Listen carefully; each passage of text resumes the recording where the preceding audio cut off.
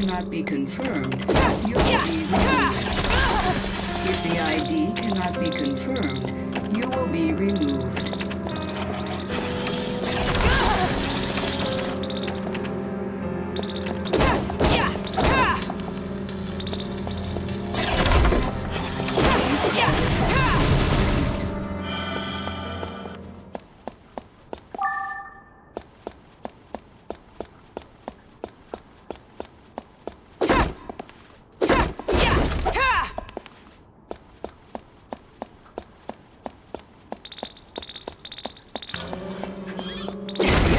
Cannot be confirmed, you will be removed.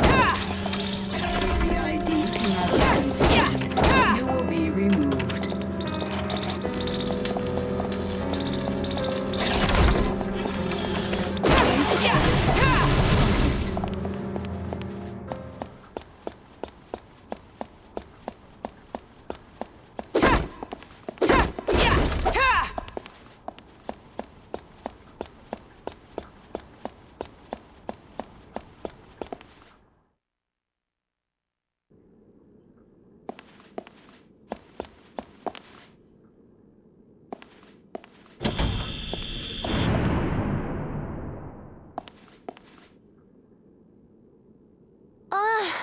The security's been activated.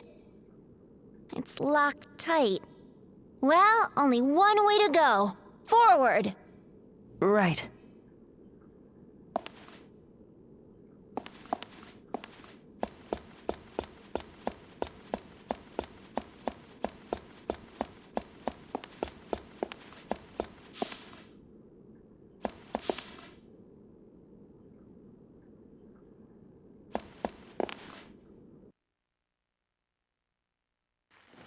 Man, I'm getting sleepy. Nice surprise.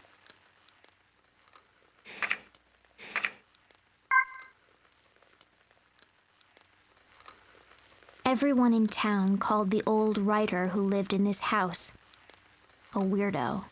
The house was old-fashioned, and the walls seemed weighted with history. So little care and upkeep had been done to the place, it wouldn't be a stretch to call it a dump. The front door was always open, and not because it wasn't locked, but because there was no lock at all. Some would think that an invitation to burglars, but the place was such a mess that you'd lose all interest in stealing the moment you stepped inside. The house reflected its owner, an oddball, aged and in disarray. And this day, that oddball writer was laying in the middle of his hallway. For a moment I thought he was dead, but every once in a while, his finger would twitch, betraying signs of life. The bones in the back of his hands stood out, gnarled under paper-thin skin, but his slicked back hair looked young. The black framed glasses he habitually wore had stayed on, even after his fall. He'd probably worn those glasses so long that they were a part of his very being. And there he lay, weaving my way through the filth and the clothes and the furniture. I entered the house, and he didn't even notice. Biske! He called my name in a gravelly voice. With each call, my body would shiver with surprise, and the bell would ring. It was a refreshing sound. The old man must have heard it too. He immediately leapt off the floor and turned his back to me. Not another step. The man almost spat out. I don't want you coming near me. And with that, he went back to the mountain of papers that buried what might have once been a desk. His hand never stopped moving as he scratched at his head.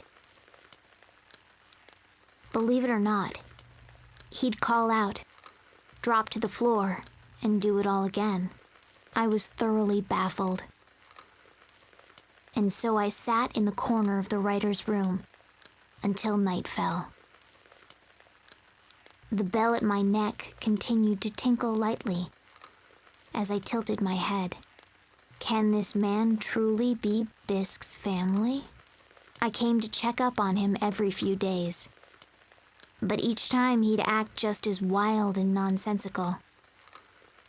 When he wasn't throwing himself on the floor, he was completely immersed in his writing.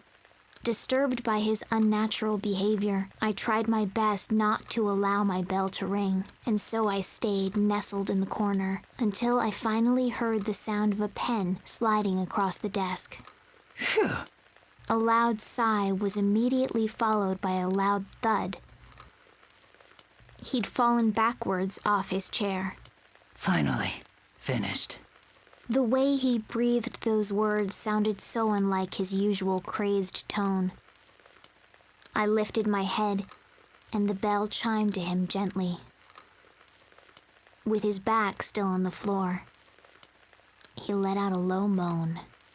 Oh, Biske. Biske, my dear. I was sure he'd yell at me to stay away again today, but instead he just lifted his thin, ghost-like arm and gestured to me. Just as I neared him, with my careful, steady steps, he suddenly grabbed me by the scruff of my neck and dragged me down with him. At first I went stiff with fear, but then I heard the beating of his heart. He gently closed his eyes and petted me. Biske, is that you? You've gotten so much thinner since I last saw you.